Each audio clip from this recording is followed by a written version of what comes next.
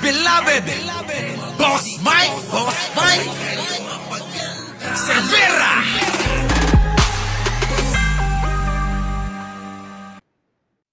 Magandang umaga, magandang hapon, at magandang gabi sa amandako ng mundo. Naroon kayo. Siyempre, Luzon, Visayas at Mindanao. Kasama po natin ang Mindanao, ha?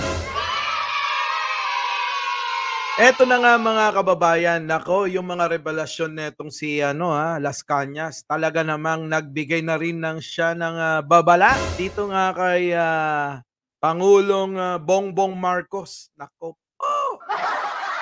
Oo, iba. Talaga namang pinag-iingat ni Las Cañas itong si Pangulong Bongbong Marcos dahil nga daw itong si Sara Duterte at itong mga Duterte, ay mga traidor. Nako, mabigat na akusasyon yan. Biruin mo, akusahan mo ang isang pamilya na mga traidor. Ba, pero alam nyo dapat yung mga ganyan hindi binabaliwala yan kasi kung ang inyong dating kasama ang siyang magsasalita, 'di ba? Mas kilala kayo noon. 'Di ba? Ganun 'yun. Mas kilala kayo noon. At kung siya ay aminadong dating inuutusan para kumitil ng buhay ng tao, kabisadong-kabisado niya yung pamamaraan kung paano ito trumabaho, kung paano ito magsagawa para likidahin ng mga taong ayaw nila o kaya'y gusto nilang biktimahin. Opo, 'di ba mga kababayan? So, eto na nga panoorin na nga natin para hindi na tumagal ito. Per balita. Nagbabala ang dating pulis at nagpakilalang Davao Death Squad leader na si Arturo Las Cañas kay Pangulong Bongbong Marcos sa gitna po ng mga birada sa kanya ni dating Pangulong Rodrigo Duterte. Sa ulat po ng GMA Integrated News, sinabi ho ni Las Cañas na dapat mag-ingat ang Pangulo at huwag magpakakumpiyansa laban po sa dating Pangulo at Vice Presidente Sara Duterte. Panawagan ko po sa Pangulong Ferdinand Bongbong Marcos Jr. na mag-ingat po at huwag po magkumpiyansa talaga sa halimaw ng Davao na si Rodrigo Roa Duterte. Ayan na nga. Sabi dito mga kababayan, panawagan ko po sa Pangulong Ferdinand Bongbong Marcos Jr. na mag-ingat po at huwag po magkumpiyansa talaga sa halimaw ng Davao na si Rodrigo Roa Duterte. Pero nyo, yung dating tauhan ay inaakusahan yung kanyang dating amo na halimaw. Halimaw ng Davao. Alam nyo, kapag binansagang kang halimaw, masamang tao ka na yan. Di ba? Masamang tao ka. At ngayon nga, pinag-iingat nga neto nga si Las Cañas, baka may gawing masama. Baka mamaya ay sa kanilang pagkadesperado na makuha yung kanilang kagustuhan o ano pang gusto nilang mangyari. Baka sa kanilang kadesperaduhan, bigla tayong mawalan ng Pangulo at mapalitan. Yun po yun, Yun po yun, mga kababayan. Tingin ko naman kailangan din talagang seryosohin ito ni Pangulong Bongbong Marcos para na sa ganun, sa kanyang sariling seguridad. Hindi naman pwedeng lang ito, baliwalain.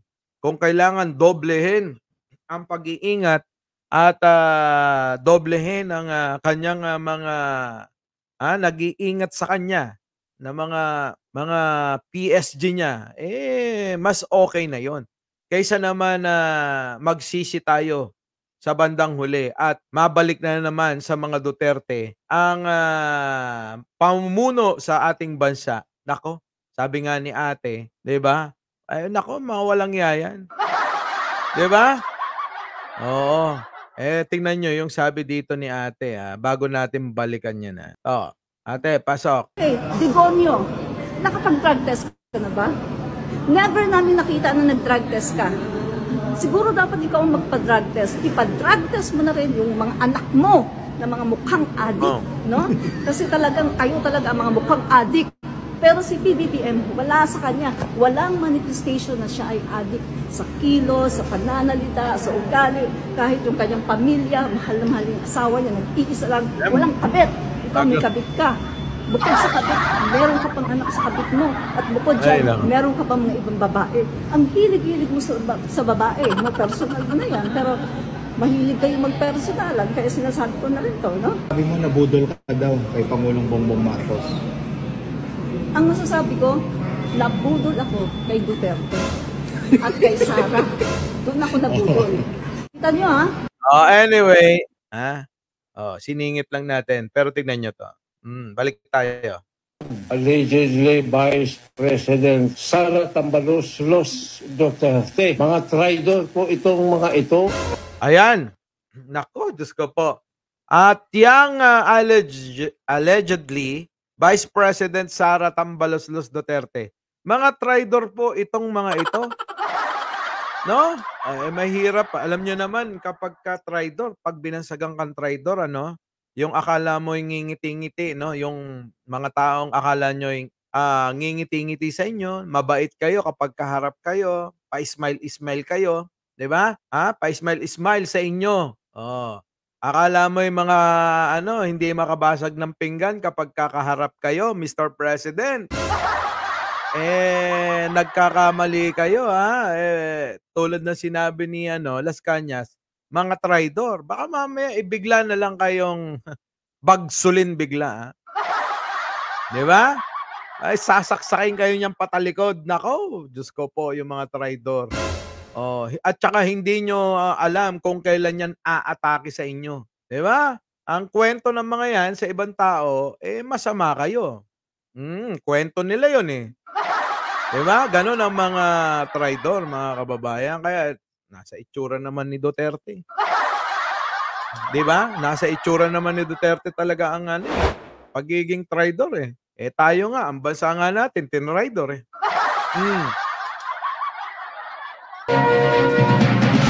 Umarap si Las Cañas sa media sa pamamagitan po ng teleconference mula po sa labas ng bansa kung saan natapos na po ang pre-trial investigation sa kanya ng International Criminal Court o Office of the Prosecutor. 186 pages umano ang kanyang affidavit at may binigay itong notebook na naglalaman po ng lahat ng mga nalalaman po niya sa mga pagpatay na iniutos umano ng dating Pangulo. Kaya din yung mga aligasyon. Yan na nga, yun na nga mga kababayan na ipalabas na natin ito, no? So yun na nga, nakakagawa na siya ng kanyang salaysay sa ICC.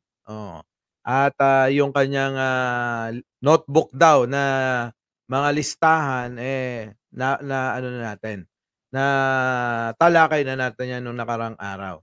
Ngayon mga kababayan, ano ang opinion ninyo? May posibilidad kaya na ang dating Pangulong Duterte at itong si Sara Duterte, 10 ng kanyang mga kapatid, 10 ng kanyang mga anak, kayang gawin nila na traidorin patalikod itong si PBBM.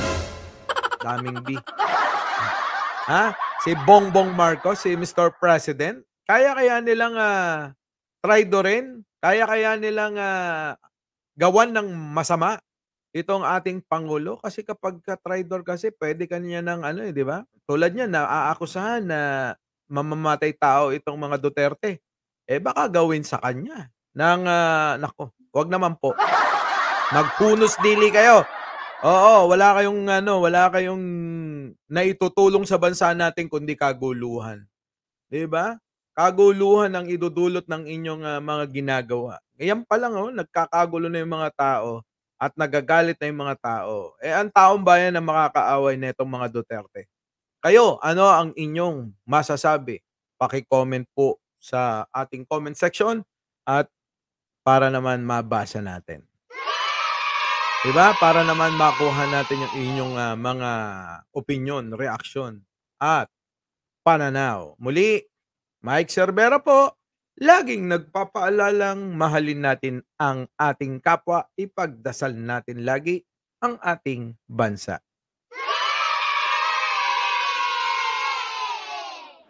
Our beloved Boss Mike